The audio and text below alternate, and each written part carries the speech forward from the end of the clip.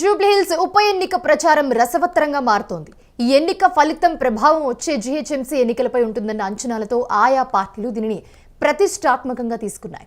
Sitting స్థానాన్ని నిలబెట్టుకునేందుకు BRS ప్రధాన ప్రతిపక్షానికి చెక్ పెట్టేందుకు అధికార కాంగ్రెస్ ఈ రెండు పార్టీలకు ధీటుగా నిలిచామన్న సంకేతాన్నిచ్చేందుకు బీజేపీ ప్రచార ప్రతివ్యూహాలకు రంగం సిద్ధం చేస్తూ ఉన్నాయి.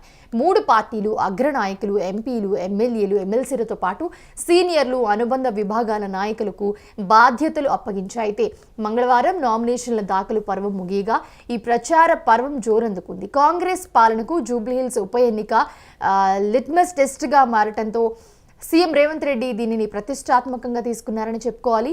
2 నెలల క్రితమే మంత్రులు పొన్నం ప్రభాకర్, తుమ్మల నాగేశ్వరరావు, వివేక్ వెంకటస్వామికి ఇన్ఛార్జ్ బాధ్యతలు అప్పగించారు.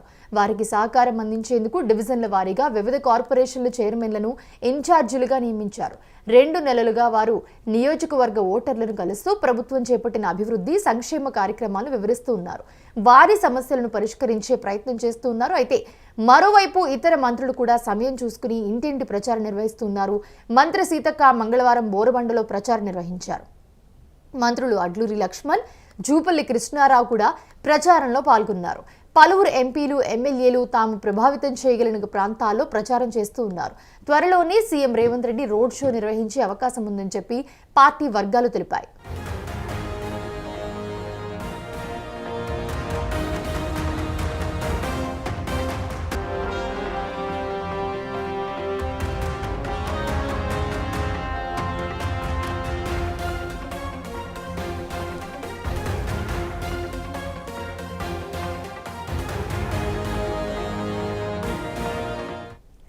బీఆర్ఎస్ మాగంటి సునీతకు మద్దతుగా ఆ పార్టీ అధినేత మాజీ సీఎం కేసీఆర్ స్వయంగా రంగంలోకి దిగే అవకాశాలున్నాయి. Party working president KTR, senior నేత హరీష్ రావు ఇప్పటికీ ప్రచార పర్వాన్ని పర్యవేక్షిస్తూ ఉన్నారు. అయితే 1-2 సభలకు కేసీఆర్ హాజరయ్యే అవకాశం ఉందని పార్టీ నేతలు పేర్కొంటున్నారు. బీఆర్ఎస్ వెల్లడించిన స్టార్ క్యాంపెయినర్ల జాబితాలో కేసీఆర్ పేరు ఉండటం ఆసక్తికరంగా మారింది. ఈ జాబితాలో ఇంకా కేటీఆర్, హరీష్ రావుతో పాటు మాజీ మంత్రులు తలసాని శ్రీనివాస్ యాదవ్, జగదీష్ రెడ్డి, నిరంజన్ రెడ్డి, సబితా ఇంద్రారెడ్డి తదితరులు కూడా ఉన్నారు.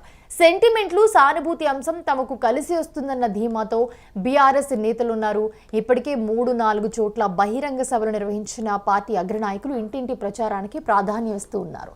అయితే మిగతా పార్టీల కంటే ముందుగానే అభ్యర్థిని ప్రకటించిన బీఆర్ఎస్ ప్రచార పర్వాన్ని కూడా అదే రీతిని కొనసాగిస్తోంది. ముఖ్య నేతలకు డివిజన్ల వారీగా ప్రతి 6,000 ఓటర్లకు ఒక నాయకుడికి బాధ్యతను అప్పగించింది.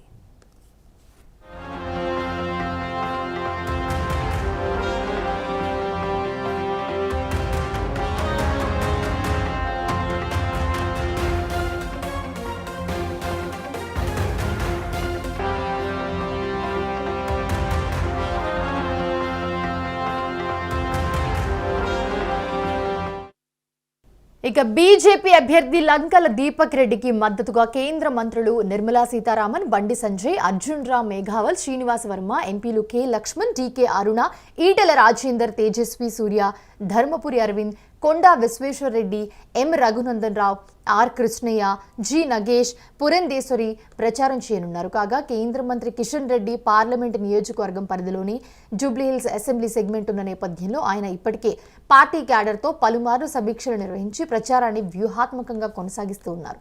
7 ఎమ్మెల్యేలకు నియోజకవర్గంలోని 7 డివిజన్ల బాధ్యతలు అప్పగించారు. రాష్ట్ర వ్యాప్తంగా వివిధ జిల్లాలకు చెందిన పలువురు సీనియర్ నాయకులకు పోలింగ్ బూత్, శక్తి కేంద్రాల బాధ్యతలు అప్పగించారు. ప్రచార సరళికి సంబంధించి పార్టీ రాష్ట్ర అధ్యక్షుడు రామచంద్రరావు ఇప్పటికీ పర్యవేక్షక కమిటీని ఏర్పాటు చేశారు. బీజేఎల్పీ ఉపనేత పాయల్ శంకర్, ఎంపీ రఘునందన్ రావు, మాజీ ఎంపీ గరికపాటి మోహన్ రావు, మాజీ ఎమ్మెల్యే చింతల రామచంద్రారెడ్డి, హైదరాబాద్ సెంట్రల్ జిల్లా మాజీ అధ్యక్షుడు గౌతమ్ రావు ఈ కమిటీలో సభ్యులుగా ఉన్నారు. ఇక ప్రచారానికి రాజస్థాన్ సీఎం భజన్ లాల్ శర్మ హాజరు కానున్నారు. యూపీ సీఎం యోగి ఆదిత్యనాథ్ కూడా వచ్చే అవకాశం ఉందని చెప్పి పార్టీ వర్గాలు పేర్కొంటున్నాయి.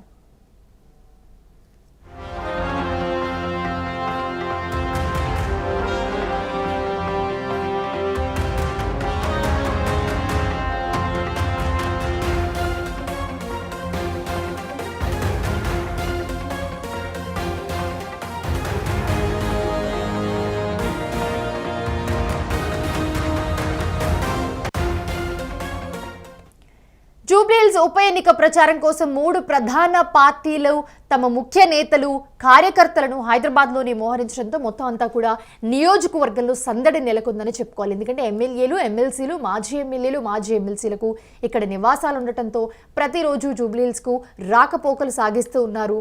ప్రస్తుతం మనం విజువల్స్లో కూడా చూస్తూ ఉన్నాం.